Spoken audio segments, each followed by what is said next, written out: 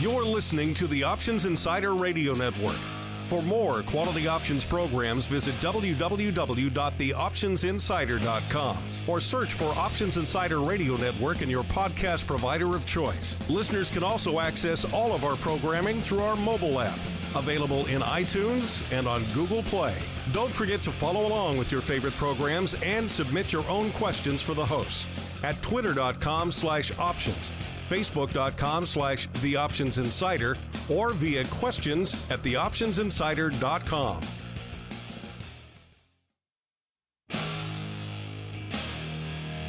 And now, it's time for the show that breaks down the options market. From unusual activity alerts to market updates and trading strategies. If it involves puts and calls, then our all-star panel will break it down. It's time to hit the option block with your host, Mark Longo from theoptionsinsider.com, and co-hosts, Uncle Mike Tosaw from RCM Asset Management, Andrew the Rock Lobster Giovinazzi, and Mark the Greasy Meatball Sebastian from OptionPit.com.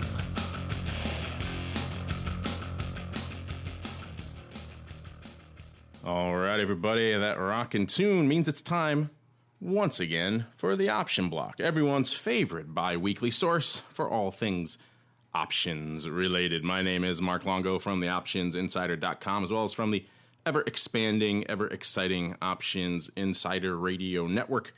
13 programs on the old network for you guys to choose from, including well over 400 archived episodes of this here program, the Option Block. And where can you find all of that Option Block, as well as just our general network goodness? Well, of course, the mothership, theoptionsinsider.com. Surf on over there. Click on the Insider Radio Network tab, and you're off to the races. If you just want to stream the audio, of course, there's breaking news from the options market there, a lot of educational articles, unusual activity articles, pretty much whatever you need to get your day going in the old options world. Something's there to satisfy your curiosity. And, of course, if you're sticking to the radio, you can also find it iTunes, TuneIn, Stitcher, pretty much wherever you find your favorite podcast programs, including our mobile app available for iOS, Android, and the Fire OS. And joining me on the old all-star panel today, got a bit of a switcheroo, but first off, we're joined by one of our usual panel stalwarts. He is good old Uncle Mike Tosaw from RCM Wealth Advisors. Uncle Mike, welcome back to the Option Block program, sir. Always trying to be a wart. That's me. Well, sir, you are succeeding admirably. Doing my best. And we are also joined by a newcomer to the Option Block program, even though he's been on the network once or twice in the past. Actually, a former colleague of Uncle Mike's back in the day. He is Vlad Karpel. He was the former CTO over there at Options Express. Now he's hanging out in his new home as the founder and CEO of Tradespoon. Vlad, welcome to the program. Thank you, Mark. It's good to be here. And since this is your first time on the old Option Block program, why don't you go ahead and give our listeners a quick overview of Tradespoon and what it is you guys do? Sure. At Tradespoon, we basically build technology to help self-directed investors to find opportunities in the market. We scan S&P 500 stocks. We scan all the stocks that trades on NASDAQ and New York Stock Exchange. And we have artificial intelligence. We analyze big data, and we find patterns based on earnings and based on the price action of where the stocks are going from one earnings season to another. And then we rank them, and then we provide this information to our subscribers as a newsletter, and we provide trade recommendations. We also allow them to manage their portfolio using different modern portfolio theory algorithms. So we're all about helping self-directed investors and portfolio managers manage their money. And that's been our core expertise. All right, thank you for that, Vlad. And now, without further ado, it's time to dive right on into the trading block. It's time to break down the latest topics, trades, and trends in the world of options. It's time for the Trading Block. All right, everybody, welcome to the Trading Block. This is indeed the portion of the show where we break down what's moving, what's shaking over there in the broad market. We are recording this on Monday, August 10th, for all of you playing the home game, and it is indeed sea of green on the old street today. Most of the major indices up over a full percentage point. The S&P right up there, the Goldilocks spot right in the middle, up 1.2 percentage points on the day so far. Just ticked over to exactly 25 handles up on the day. The Dow leading the charge up 1.3%, or about 233 handles on the day. And the NASDAQ 100 up 1.1%. So ever the laggard on the day. And of course, VIX cash taking it on the chin as we are indeed rallying off a little over a handle back down into the low 12 range, 12.35 to be precise. So that should give you some ballpark frame of reference. For what we're watching today, of course, it was an interesting day on a variety of different products. We, of course, have deals, big M&A deals going on. We got oil finally bouncing after quite some time moving to the downside. We had Brent jumping over 49.70 today. That's after it touched a 6-month low intraday, about 48 and a quarter or so. WTI about 44.60. That bounced off its low of 43.35. So a lot of things moving and shaking today. Got some earnings after the bell to talk about as well. So a lot of stuff to sink our teeth into. Vlad, and this is your first time on the old All-Star panel, we'll give you pride of place. What caught your eye in today's activity? Well, I basically look at the earnings, since we are kind of in the middle, approaching to the ends of the earnings season, and I just see that investors are less forgiving for bad earnings if the company is missing on the bottom line or the top line. You know, especially like social media stocks. We've seen the Yelp, we've seen the LinkedIn, we've seen Groupon, where if the company doesn't consistently show earnings growth in the past 3 quarters, the stocks sell off 10, 20%. So that's kind of, I've seen this divergence, especially in the social media stocks.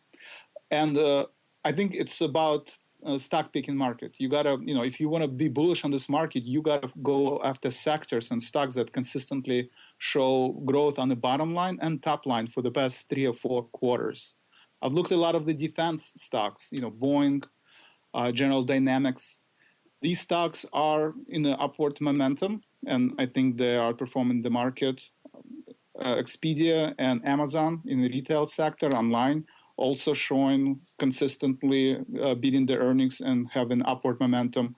In the technical sector, a lot of the internet stocks and a lot of the network gear stocks that help kind of cloud computing are showing consistent growth. Fortinet, F5 are the stocks, especially back in Options Express days, we know how important the switches and the routers that fuel the internet and fuel the cloud computing, they are very important. So those are the stocks that I'm watching.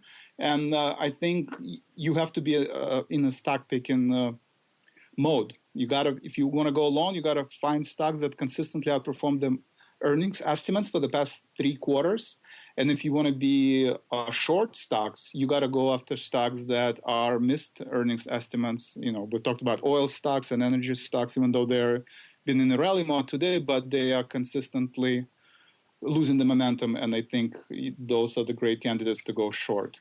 Speaking of momentum, Vlad, this must be a high season for you guys. We are, of course, in the teeth of earnings season right now. I'd imagine this is when a lot of people would turn to a service like yours for some trade recommendations. So have you been seeing a lot of interest out there? And also, it's kind of been a very active, dare I even say volatile earnings season, at least for the marquee names, the ones that a lot of shows like ours or even, the major outlets like the CNBCs and others will cover on a regular basis. On the broad swath of earnings, it hasn't been too much of a needle mover, but on the big names, you mentioned the Amazons, the Googles, the Netflix, et cetera, they've been really moving and rocking and rolling of late. So how has that really translated over there into the Tradespoon recommendation services? Has it made things a little bit easier for you, or has all this vol made it more interesting? And also, has that also helped to drive some users to your platform because they're realizing if they're not too cautious, you mentioned it's a stock picker's market, if they're not too cautious with their stock and options trades this time of year, they could very easily get run over? Yeah, I think, in the past quarter, we've seen a lot of growth in terms of subscribers for Tradespoon. And I think our differentiating factor is neural networks and ability to predict key support and resistance level for stocks. And when you're trading options, finding key support resistance levels are extremely important. We actually come up with a new product that if you have time during a day-to-day trade or manage your own positions, we have predictions for next 5 minutes, next 15 minutes, next 30 minutes, and they have very high accuracy in terms of finding these short-term support and resistance level, especially in a volatile market where we have 1% up after a week where we had 1% down. So when you have that short-term volatility, it is very important to find these key support and resistance levels and have tools. If you don't have technology, if you don't have tools, especially now there is a lot of research in neural networks, in robo-advising space, where a lot of the portfolios are being managed by the software, you see that retail investors are heading toward services that provide them tools and technology to help them manage their positions. I think if you don't have the right tools and the right technology, it's very hard to manage this volatile market and finding the right names just based on the news, because you have that herd effect and you might miss opportunities in the market where it's covered less by the news. Well, 5 seconds. I didn't realize your algos went down to that level of detail. And people will actually come in and look for recommendations on that short of an interval? Yes. Especially, we're going to talk about unusual options activity. That is extremely important. We do have also scanners for unusual options activity, but when you do have institutional traffic in certain names, it's very important to find these key support resistance for the next 5 minutes, because if you get into a trade an hour later, you might be too late. So as you notice new unusual options activity in certain names, it is very important to see how much momentum is on the underlying stock. And we do, our data is collected by the 5-minute bar charts, and it's very important to have that information. Fascinating stuff at work over there at Tradespoon. But Uncle Mike, I'm sure you have some fascinating things catching your eye over there as well. So what bumped up the BBI over there at RCM for you today? Oh, the BBI. We haven't used that term in a while. Bringing back the oldies and the goodies. Yeah, it's an oldie and a goodie, that's for sure. A couple things. First thing, in terms of the rally with which we've had today, I'm not necessarily a buyer as of yet. I think we still need to confirm this and make it through a new all-time high. I've said this before, and I will say it again, but I was short a put spread today, and I'll talk a little more about that in the strategy block.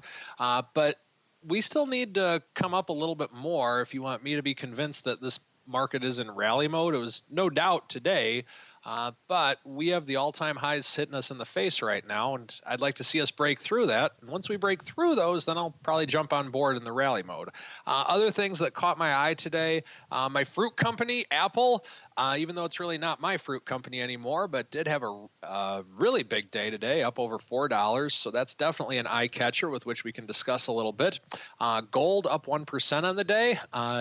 Normally, that's not too big of a deal, but just saying the words gold and up in the same sentence are definitely something that are fun to do, as well as bonds. We had a little bit of a loss in bonds today, or bonds had a down day since we were partially short on this. We had a little bit of a gain on it. And then XLE, the energy sector definitely was in rally mode today for sure. So a lot going on today in a lot of different sectors, going a lot of different ways, to say the least. Since you mentioned the fruit company, we'll start there. That one was all over the headlines, all over the news. Of course, any given day, Apple typically is a lot of talk. I think USA Today had a big write-up on the aggressive sell-off in Apple, pretty much going into today at least, not counting today's bounce of 4 handles. But it was in pretty much full correction mode. It was off about 14% from its high, which was 134.5, hit it right around April 28th, and down 12% just since July 21st. So in the more recent history, a lot of that sell-off having come just in the past few weeks. They were also talking about, of course, how much China really impacting the earnings. Chinese economic growth up about 7% during the first 6 months of the year, slowest since 25 years. And that, of course, a big problem, since 60% of Apple's revenue growth comes from China and 80% of its operating income growth just in the last quarter. So if you're leaning heavily on China and China is starting to lag, then that could, of course, hit the stock. But regardless, didn't really seem to weigh on it today. All of that pent-up selling pressure turned around into some buying movement. Again, closing 119.69, up about 4.17 handles, actually, a little over 3.5%. Just a crazy bounce day back in the old fruit company. Sounds like, though, Uncle Mike, this rally or none of this information has really changed your mind. You're still kind of playing a wait and see going forward on the old fruit company. You're not just saying, for old time's sake, I'm going to write maybe, I don't know, the 105 put or something like that. As much as I'd like to, no, I'd like to see some more innovation coming out of Apple. I mean, we need the iCar, or I don't know, some type of i thing to come out and and Ami, I guess, before I jump on the Apple train again. So you kind of have just washed your hands, even if it drops down to, let's say, 90 or sub split level, or back down to the split level, 70 or so. Then would you consider? What's the level? What's the pain point for Uncle Mike? Well, I would never consider getting it into the amount of shares with which I once had in it, unless they get something more innovative. That's more the thing in turn. So I guess it's not necessarily a level. It's more of the innovation level, so to speak. So I'd like to see something along those lines. And then if they have something innovative like the next iPad or iPod, even for that matter, that is going to take the nation by storm, like all their products have, then heck, I'd get into it at 150 and ride the momentum higher. But until we get something like that, then maybe it's a good. We still have it in the strategic night for RCM, and I think it's a good general holding to have if it's one position of 30 or something along those lines. But in terms of the levels with which I had it and the glory days of me going into detail of how I was going to do some type of a back spread going into earnings to protect it, and the days of the BBI, at least for now, those days are over. But would love to see some innovation come out of Apple again. And if it does, then those days could be back. You're breaking the hearts of a lot of our Apple devotees there in the audience, Uncle Mike. But it sounds like the UMII, the Uncle Mike Innovation Index, just not high enough for your seal of approval at this point. It's not. I mean, granted, we've had some success. For those that have listened to the show, we've had some success in terms of when we've got into and gotten out of Apple. So don't want to mess up a good thing, so to speak, and don't want to go to the well too many times because you just don't want to get burned. It's funny, we're talking about Apple and how, shall we say, enthusiastic their followers are. I was looking today, actually reminded me that I don't really mention the iTunes reviews enough. If you guys are out there listening to iTunes, I know a lot of you are, go ahead and leave us a review. We haven't really pushed that. We push a lot of our other venues for you guys to get in touch with us. We don't really check the reviews. So if you have a timely question, send it one of the other ways, but we'll check them on a more frequent basis going forward. I happened to notice today, Uncle Mike, that our last negative review in iTunes, I think it was a 1-star. It was from 2012, and the guy didn't even mention the quality of the show. He was just upset that we bashed Apple back in whatever it was, April of 2012 or something like that. So you start bashing these names, and they will come out of the woodwork to attack. So perhaps we'll see. Maybe now the fact that I've gone against Apple, maybe we'll start getting some negative reviews now just because of me. There we go. More 1-stars coming in to flood, to drive down our review rankings on iTunes. C'est la vie. Review as you will. I won't be one of those ones that says out there, hey, only give us 5 stars. So do what you will. Do what you feel is appropriate. But we love to hear from you guys. Anyway, you like to use this. Since we're talking about Apple, Vlad, I'd imagine that's still, I mean, obviously it's a big driver of the brokerage business. Still, a lot of firms still rely on Apple. It's always in the top 10. We do the most actives every day on the Options Insider. It's always somewhere in the top 10. In fact, it kind of messes with our SEO sometimes. You have to find new ways to put Apple in the headlines because it's in there so often that the articles start to look similar from an SEO perspective. But that's a problem for another day. But I'd imagine still in this day and age, recommendations on Apple are a big part of the Tradespoon business. If they're not, I'm sure a lot of people probably come to you guys and saying, hey, what is your trade recommendation on Apple? So do you do a pretty lively Apple business over there, or do you prefer to look at some of the more, shall we say, esoteric names out there? Well, in terms of weekly options and having enough liquidity and volume, Apple is always a favorite stock, whether you trade it to the upside or downside. So as I said, we just released the tools, what's called Stock Forecast tool, that actually predicts 5-minute candlesticks.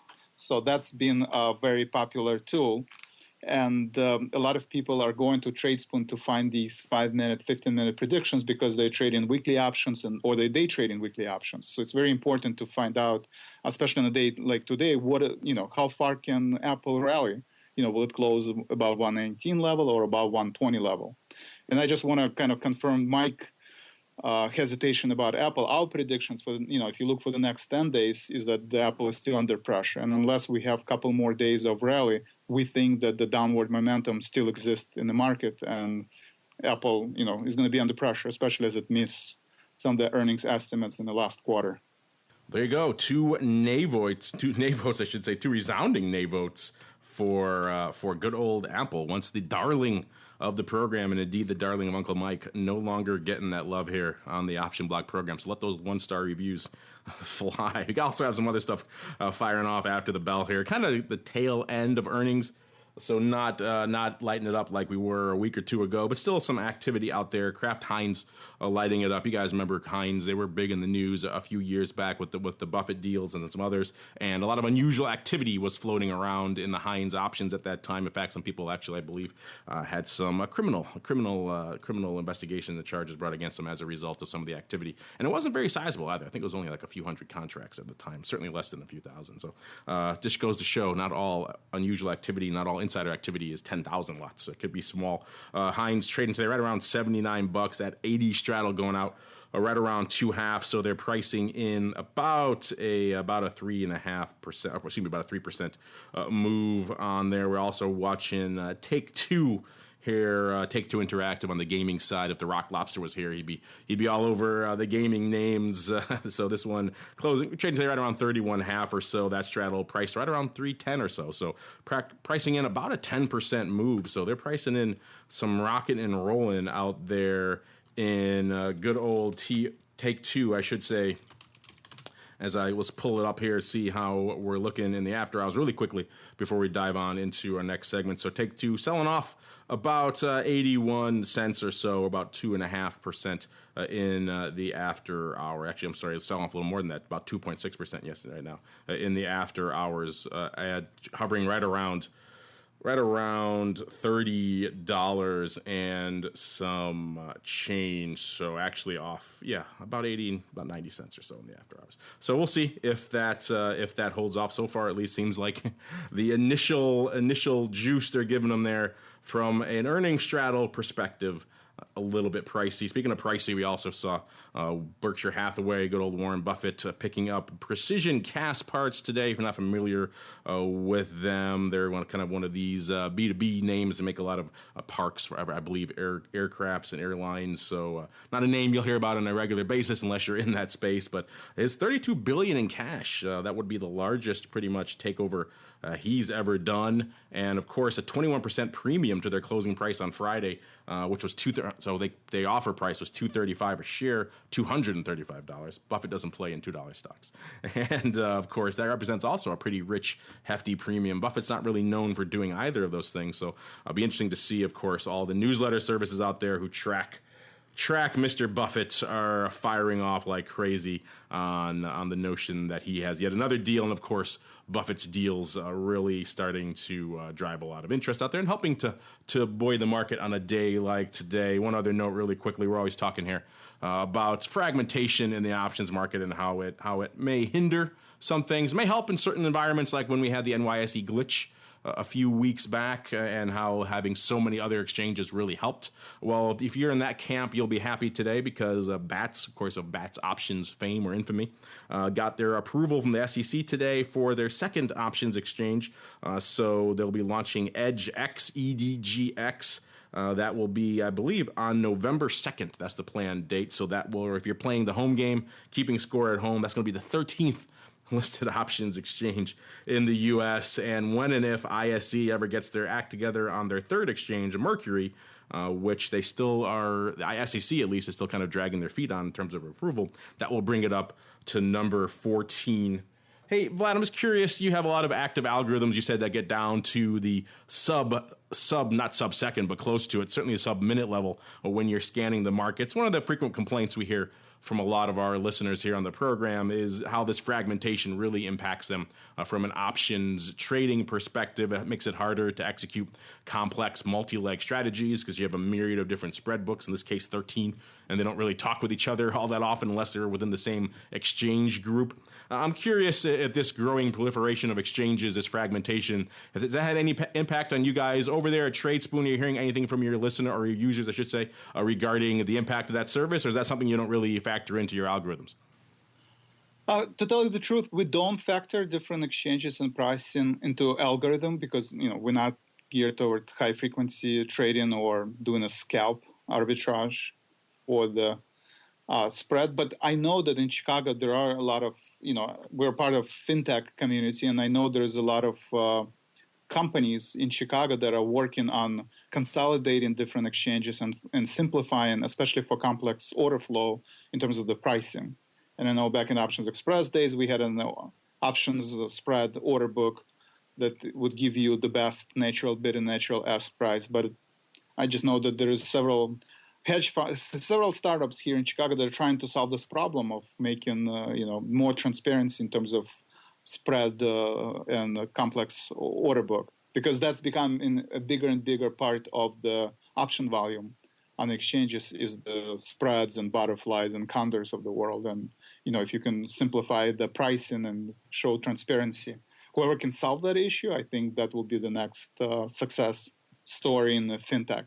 That space. would certainly. I would be very excited to see someone tackle that. That's a question we discussed quite a bit, including on our Trading Tech Talk program, where we get into that. I put that recently to Thomas Petterfy. His firm has Interactive Brokers, has of course invested quite a bit in trying to solve that problem for their clients and their customers. And it kind of comes down to always that question at the end of the day: is that a problem that will be solved by technology, by perhaps one of these third-party vendors that you're alluding to, or perhaps does it require the long arm of regulation? No one really wants that, but there's a little bit of a bifurcation of belief, shall we say, on how that will ultimately be solved at the end of the day. But at some point in the future, we need to have these spread books talking to each other, and the order flows and the spread legs in particular being able to migrate into and out of these spread books without getting locked into, shall we say, I don't know, OX puts it on BATS, or another brokerage firm locks their order on the SIBO, or whatever the case may be. And then these orders don't talk to each other and the legs never get executed. It's a challenging problem, certainly one I know you probably worked on quite a bit in your days at Options Express from a technology perspective, and certainly one hopefully we'll see some sort of mitigation of in the coming years. I don't put in any short. I won't put in a month's, listeners. So it's going to be some time, or we'll be adding more exchanges in all of that time. So the problem will only get more complicated, only get worse before it gets better. But hopefully, maybe one of these startups will be the silver bullet to solve this problem. Meanwhile, we're going to keep on rolling out of the old trading block. It's time to take a peek at some unusual activity. It's time for the odd block. It's time to break down the most interesting, unusual, and downright questionable options activity that's been identified by theoptionsinsider.com. It's time for the Odd Block.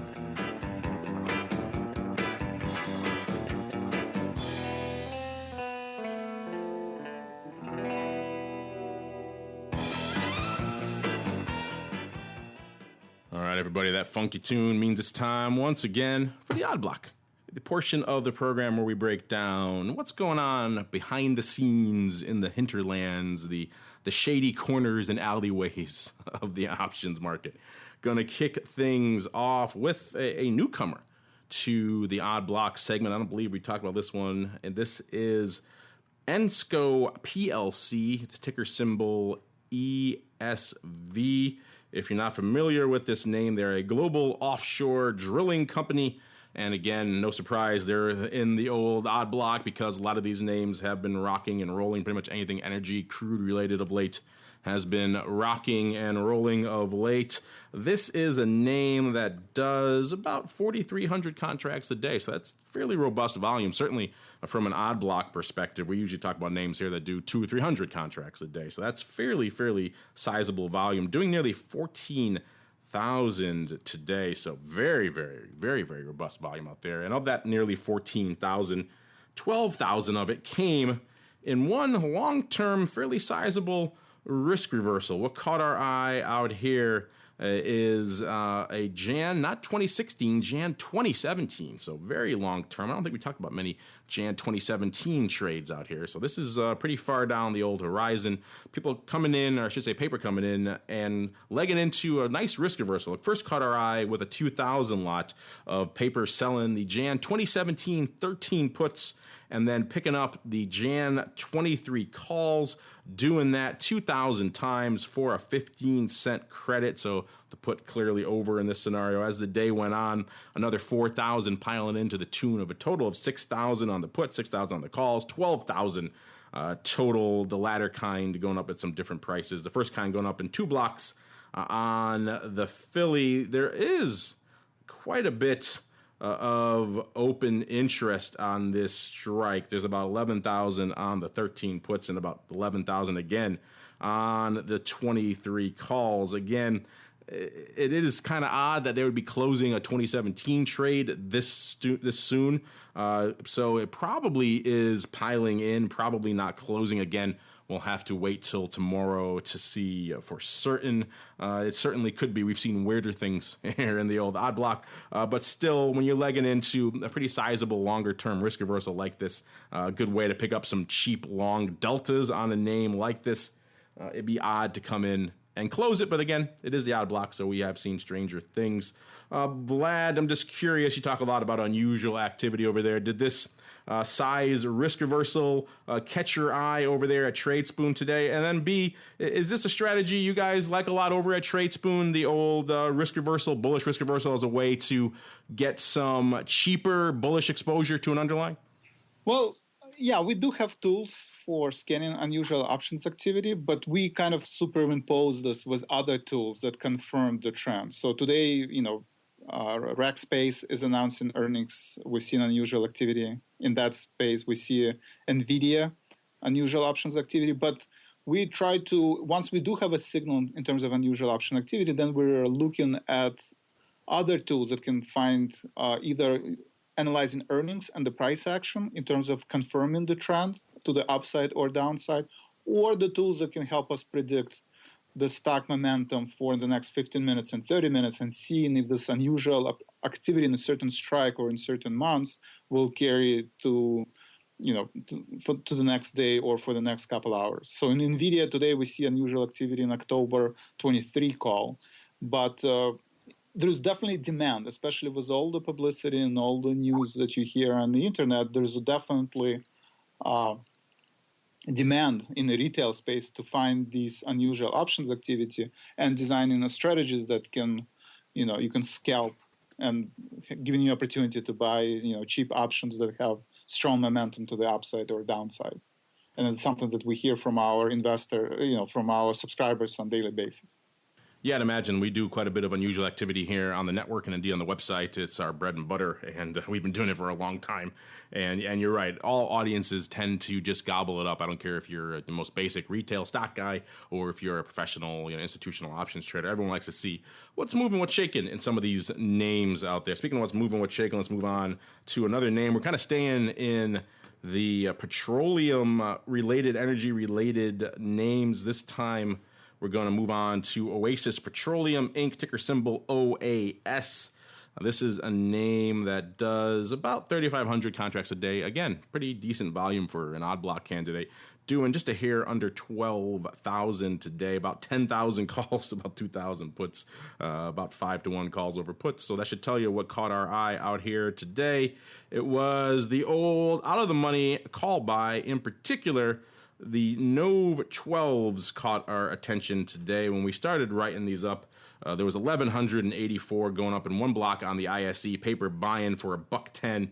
As the day went on, a lot more volume piled in to the tune of 5,751 of these. Of course, the stock rallied a bit today, closing $10.77, up $1.25 or 13%. So no surprise that we saw a lot of bullish call activity out here. These calls went out $1.45 at $1.55. So the initial $1.10 kind for about 1,200, that guy's happy, smiling. And if it was him on all of this, which it probably was, he averaged into a fairly a fairly decent price here overall. Only about 3,200 contracts open here, so clearly this is opening paper. And looking at a decent longer-term chart here of good old OAS. This is one that, like a lot of the names in the petroleum sector, has come under some pressure of late. Was trading the 16 level, actually no higher than that, 17 handle, not that long ago, back in mid-June or so, and has since really been clipped quite a bit. Even not taking today's rally into account, it was trading 9.5 just yesterday. So our friend out here clearly saying, you know what, this sell-off has been severely overdone. And at least so far, intraday today here, he's looking like a pretty smart cookie as he's taking a lot of that rally in on these calls. So this is an interesting one. We're going to file this in the to be watched category to see if perhaps this guy is indeed as well timed as he appears. And certainly, at least, he can sell these for a decent profit today. So he may be getting out tomorrow. We'll see. In the meantime, then, we're going to keep on rolling into our final name.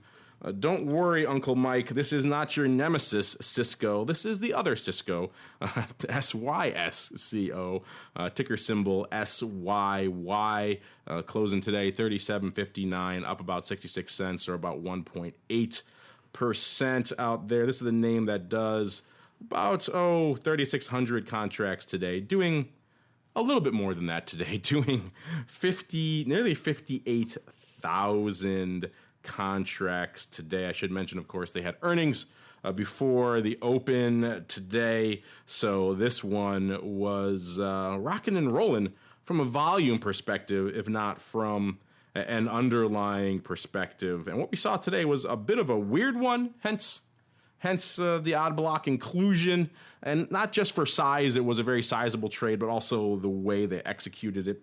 What we saw here today was the NOV 39 SEP 38 call spread going up. Notice the way I mentioned that, because it was the going up for a nickel credit. And what we actually saw was paper coming in and selling out the NOV, looks like, and then rolling down and buying SEP. Usually we'll see SEP 38, NOV 39. We would see closing out on SEP, rolling out to NOVs, the old up and out roll. We're actually seeing the down and back roll apparently here. Looks like they had a decent size position on the NOV 39s. The open interest was about... I could pull up the right strike. There we go. The NOV 39s was about 25,000, actually 2,400 and 25,000 and change. So clearly closing on the NOV 39 strike. Open interest there in SEP nowhere near that much, to the tune of just, I believe here, just 6,000 or so contracts. So yeah, total of about 22,000 and change going up on this spread. The other kind going up at prices around that nickel credit, maybe a little bit different there depending on where they got legged in. But a weird trade. Uncle Mike, name aside, it is Cisco. I know that is your nemesis, but it's the other Cisco. This is the less scary one for you. Is there a scenario where you can think of in your mind, well, first off, what's your take on this trade? And then B, is there a scenario where, you've utilized this strategy of having a longer term upside call position and then deciding, you know what, I'm gonna cut this one loose and I'm gonna roll back and down to perhaps a meteor nearer to the fire type strike. A weird one across the board. So what's your take here on this big trade going up in Cisco?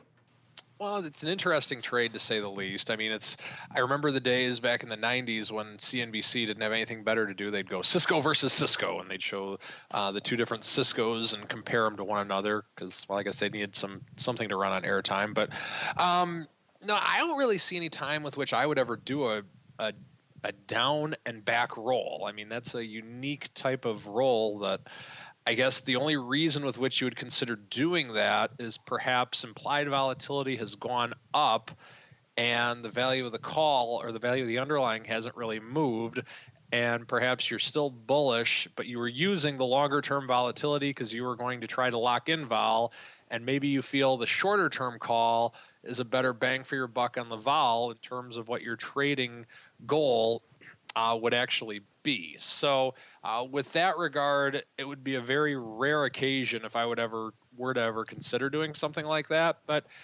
maybe he's seeing something that we're not in that regard. I don't question his. This isn't one of those ones where I think, oh gosh, what an idiot. I don't think that on this trade, because maybe that scenario with which I described could be happening. But in general, I'm trying to think even how you describe it. The down and back roll is something that I don't know if it would be a very rare occasion with which I would do it, but it wouldn't be something that I would consider idiotic. We just have to have the very ideal scenario in which to do it. Yeah, I mean, I'm looking here at a near-term chart of Cisco, and they did spike up into past the 38 handle back in June, and maybe our friend legged into the Noves there around the 39 handle. It seemed appropriate at the time, maybe given where it was trading. Got up to, actually, it did briefly touch 39, so perhaps our friend got in there, and then over time, then it's since has pretty much given back all of that until recently when it's starting to rally back a little bit again going into earnings. So perhaps he's deciding again. He was a little optimistic with his time horizon and indeed his strike choice, and deciding to roll back and down a little bit to remain a little bit more relevant with those 38 calls rather than the ever optimistic Nove 39. It's a bit of a funky one. Listeners, write in, let us know why you would roll back and down on a trade like this. Before we hop out of the odd block, Vlad, you said you're tracking a lot of unusual activity these days over there at Tradespoon. Anything catch your eye? Perhaps anything Cisco related over there at Tradespoon today? Yes. So we do follow the stocks and we identify different sectors. So definitely one of the inputs into our models is the peers in its group. And even though Cisco has been on our radar, we've also followed Juniper, which kind of one of the main competitors of Cisco. And Juniper has been trading in the uptrend for quite some time, and that has been one of the recommendations that we've done at Tradespoon. So that's the first part. The second part of this is that we are, just like in the commodities sector, we are looking at seasonality.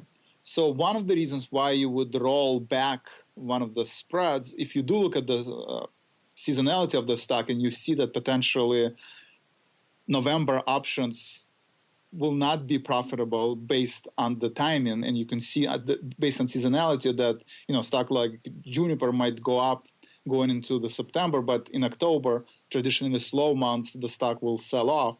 That would be one reasons you would want to kind of do this unusual roll where you would roll forward if you have if you part of your analysis is seasonality of the stocks. And, everybody knows that, stock markets certain stocks do have very high correlation between the current price actions and the price action from the historical point of view. And if you see correlation of, 70, 80% that the stock is going up in, going into September, October, but then sells off into November, and you're long on those calls, that could be an impetus for you to roll forward. So those are just some of the, unique tools that, you should consider when you are analyzing your option strategy. And, selecting strike price is very important, but selecting expiration months can be just as important, probably even more, could be just as important as selecting the strike price. Yeah, that's the challenge, getting the right strike and also getting it in the right time horizon. Our friend over here clearly thinking he was a little bit optimistic in both strike and time. Speaking of Juniper, I'm looking at them today, and they're unusual probably for the utter lack of volume out there today. This is the name that does nearly 9,000 contracts a day, only doing 3,000 today. So nothing really of note going on out there in Juniper except for a 1,200 lot of the weekly AUG 28 puts going up, expiring on the 14th. No open interest there, so I can't tell if paper was buying or selling. I'll have to dig into them. But that was pretty much a third of the volume over there in one pretty sizable weekly put trade over there in Juniper. So we'll have to pay attention to Juniper. But other than that, it's only notable today for the fact that no one was out there playing in Juniper. A weird one for them today, particularly with so much activity going up in Cisco. You think some of that would spin off into, of course, this is, again, the other Cisco. So we don't want to get Uncle Mike scared. All right, speaking of Uncle Mike, it's Monday, listeners. That means it's time for the strategy block. It's time to dispense options, wit, wisdom, and education. It's time for the strategy block. All right, everybody. Welcome to the Strategy Block. You guys know the drill by now. This is indeed the portion of the program where Uncle Mike dons his smoking jacket, grabs those old stolen tablets from off the wall, puts on his Dare Stalker cap, grabs the bubble pipe, sits by an open window because it's always a seasonal and balm 73 degrees in St. Charles, Illinois, and he proceeds to dispense some options, wit and or wisdom. Uncle Mike, a lot moving and shaking and rocking and rolling out there in the old markets. So where have you set your strategery crosshairs today, sir? Well, I just want to kind of analyze and go over what's happening in the Uncle Mike S&P world at this stage and SPY. With the S&P doing what it's been doing over the course of the past couple of weeks, it's been very choppy. So with that being said, I've mentioned on this show several times in my long call strategy, I've been staying out of long calls and just trying to do maybe a couple of put spreads here and there just to get some type of skin in the game, but not putting in the heavy artillery, so to speak, until we make a new all-time high, which would be at 213.78 on SPY. And or at a number 5% below that. Those would be the two times where I would consider getting into a long call to the upside or the downside. So with that, last week I did sell a put spread on the dip that we had. And so I ended up selling the 205 half, 200 half SPY spread, put spread for expiration this week. I got a credit of 50 cents for it. And when doing so, that gave me a little bit of bullish exposure. Now, needless to say, got out of the put spread today for a profit, sold it for 50 cents, got out of it today for 9 cents. But what I want to go through today is something about legging into and legging out of spreads. And I actually did leg out of a spread today. I think that's the first time in years that I've actually done that. But number one, it kind of depends on your broker as to what makes sense to you and what would be the reason for doing it. But for the most part, I recommend against doing legging into and legging out of spreads, and I'll explain why in a moment. But here's the situation today. Needed to get out of a pretty sizable position on this SPY put spread, expires this week, and put the order out there. And I put it out there to where I was literally buying at the offer. So that means in theory it should fill right away. Well, not necessarily, because of the fact that it was the long leg and short leg were obviously on different exchanges to create that bid and that offer. So in this case, my goal was to get out of this trade at 10 cents, and the short leg was at 12 cents, the long leg was at 3 cents. Should I just buy at the offer and sell at the bid on both of these? So what I decided to do today is actually leg out of a spread, and this is the first time that I've done this, and I seriously can't remember the last time I've done this with an order this big. And so step one, the reason that I felt justified in doing so is that I'm gambling over a penny, so to speak, and that if I would have put it out there for 10 cents, I think it would have gotten filled right away. But what the heck, it's a penny. And I'm taking risk off the table, so I felt comfortable with that. So step one, I bought to close the 205 half put and got filled at 12 cents. That was what the offer was. Got filled right away. And so that way I know that worst case scenario, after getting filled at that 12 cents, I know that the worst that can possibly happen is that, of course, the S&P just shoots through the roof and I miss out on the 3 cents on the long put. Now, with that being said, if it were to continue, if that were to happen, I know that I'm 2 pennies away from what my goal profit was on that trade, and it was enough of a non-issue to where I could justify it. Now, the second part of that was where I was selling to close the 200 half put. And by doing that, I sold it at the bid and got filled right away. Now, these are SPY options. It's not like you're going to split the bid-ask spread on something like that. It's just not going to happen when they're a penny wide like these options are. So I suppose you could, but it really typically doesn't work unless the market moves the way with which you need it to. So at that stage, I got out of the put spread for a net debit, if you add the two of those together, of 9 cents. And with that, I actually did leg out of a spread today. Now, here's the reason why I feel it was and I'm going to tell you all the scary parts about this here in a minute, but here's the reason with which I felt it was justified. I was getting out of the riskier leg first, meaning the short leg is the leg with which you can get hurt at on a vertical spread. I got out of that. The short leg can't hurt me anymore once I'm out of it. So I got out of it for a 2 cent 2 cents above where I was going to get out of the whole thing at. And then from there, I got filled at 3 cents on the other leg. It was quicker, it was easier, and it got me out of it. Now, let's talk about legging into spreads in general and why I'm against it. Legging into spreads means you, for example, you buy a long call, wait for the underlying to move your way a little bit, and then you sell a short call, whether it's part of a diagonal spread, a calendar spread, or a vertical spread. You're looking to do one leg first and the other leg second. Let me start this by telling a story from my past of trading. Back in the day when I was earning my living substitute teaching or waiting for a phone call from the NFL that never came, I was trading options. And so I'm pulling in some pretty nice money doing these credit spreads month in, month out of my little apartment. And let me tell you, the whole world was stupid except for me back then, that's for sure. So I realized one day it was really cool if I sold the put naked first and then waited a few days for the stock to go my way a little bit and then bought the long leg of the put, then, I could get such a better fill. I was using capital more efficiently, and I was making even more money. Now, that's exciting. Well, I think we know how this is going to end. I kept selling these naked puts, levering myself to high heaven, and then the stock went against me one day. And I learned my lesson pretty quickly. Thankfully, I didn't have too big of a position on, but I got my butt kicked on that one position, but thankfully it wasn't a ginormous position. So I learned from that, and let's fast forward to 2015 as to why I still don't like legging into spreads. That was the first experience I had with it, and I learned very quickly, thank God, as to the dangers of it. The purpose of a spread, whether it's a calendar, diagonal, or vertical, is you're trying to mitigate some type of risk. If it's a vertical, you're buying that hedge leg because you don't want to take on the entire risk of the underlying. If it's a calendar spread, you're buying the longer term option because you don't want to get stuck being naked on the shorter term option. If it's a diagonal spread, then you're trying to take away some of the cost of the premium of buying the longer leg. And I'm assuming it's a diagonal debit spread. Now, there's all sorts of different spreads, but allow me to elaborate.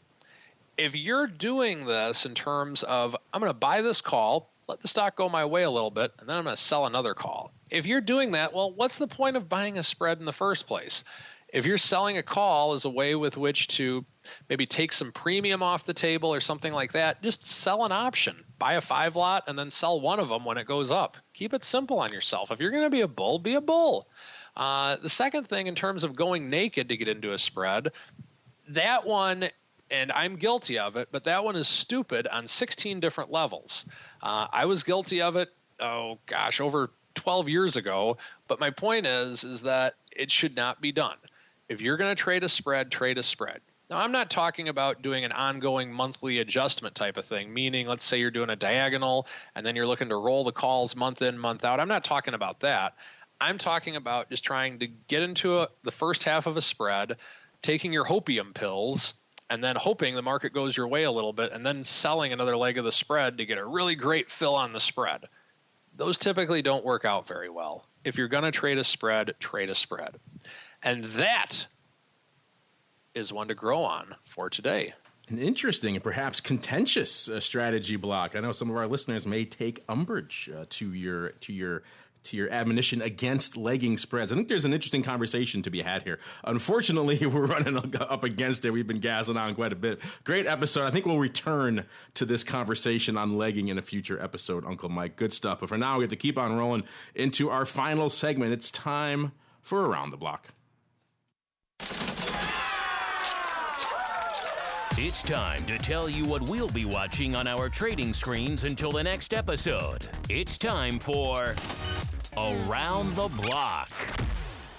All right, welcome to Around the Block. This is indeed the portion of the program where we tell you what we're keeping an eye on for the rest of this week. Really quickly checking back in with Take Two. They're hovering right around 30 1/4. So that straddle, at least so far, looking a wee bit overpriced, shall we say. Perhaps all that earnings premium we've been talking about that has been filtering its way into earnings straddles this season as many names continue to blow through their straddle. Perhaps it has reached its boiling point here.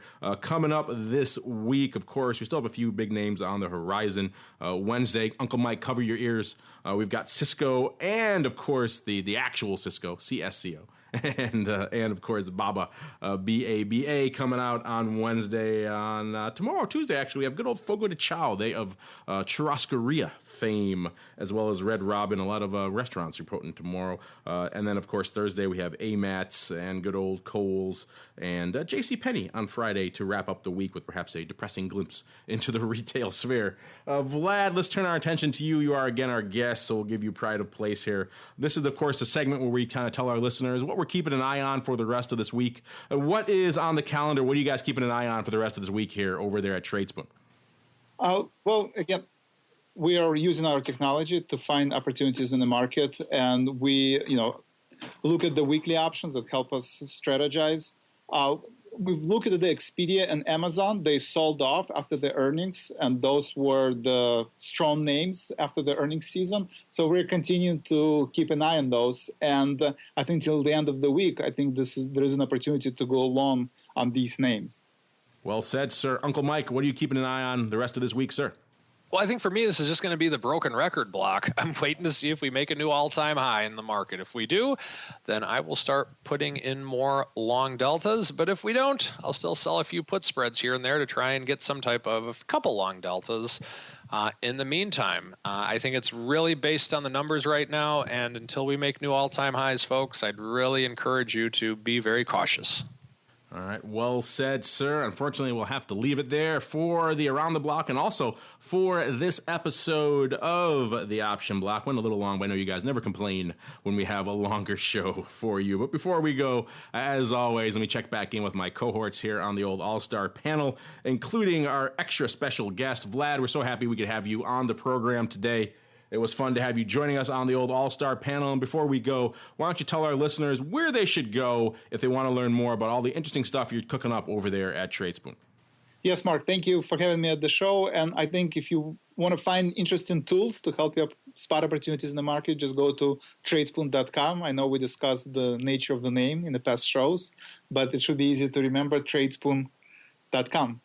One of the things I like about what you guys do over there, Vlad, just to reiterate here for our listeners, when they surf over there, they'll see it for themselves. Everything you do is really transparent, so you have straightforward pricing. You actually give away a lot of stuff for free. You give away a lot of free educational videos. So you can go over there and sign up for Tradespoon just for free, just to get a lot of that great content and the Tradespoon scoop and all that cool stuff you're cooking up over there and the education. And then, of course, you have very clear pricing plans for the different things that you offer. And then people can come in, they could use it, they could cancel any time, which I like. You stand behind your stuff, and of course you put the stats for everything that you do and all your trade recommendations and all their performance is up there, readily available. In fact, there's a big tab on the website, performance. So you're not one of these firms that hides behind, well, we bought this one thing at the dip and then we sold it at the best price it ever possibly was, and then we'll forget about the other 74 trades that we lost money. No, it's all there. It's all transparent, and that's why I like having you on our shows, Vlad, because I like what you guys do over there. So listeners, check it out, tradespoon.com, if you'd like to learn more. And Vlad, I'm sure we'll have you back on again real soon. Thank you. Thanks, Mark. And Uncle Mike, we know what you guys do over there, but refresh us, if you will, once again. What's cooking over there in the land of RCM, and what can our listeners look forward to? Always happy to give a refreshment on what we do at RCM. If you are a self-directed trader, meaning you like to make your own decisions on trading, but occasionally would like to ask a question, we do have a service with which we can help you give advice on trades should you ask for it. Or if you're interested in just trading on your own and possibly working through the RCM umbrella through either Interactive Brokers or TD Ameritrade, feel free to give us a call. We have typically it's a preferred commission rate depending on what your volume is, but feel free to give us a call if you'd like to learn more about it. My number is 312-212-3531, or send me an email at mtosaw@rcmfs.com. All right. And on behalf of Uncle Mike and Vlad, and indeed myself, I want to thank all of you out there in the listening audience for downloading and streaming and subscribing to the show. And of course, for sending in such great questions. We'll get to them on Thursday, and we'll see you next time right here on the Option Block.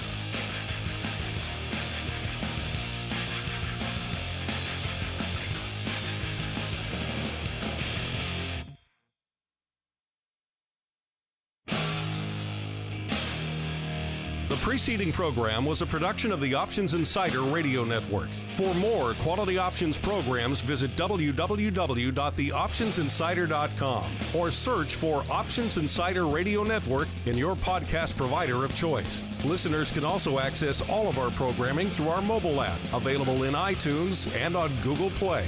Don't forget to follow along with your favorite programs and submit your own questions for the hosts at twitter.com/options, facebook.com/theoptionsinsider, or via questions@theoptionsinsider.com.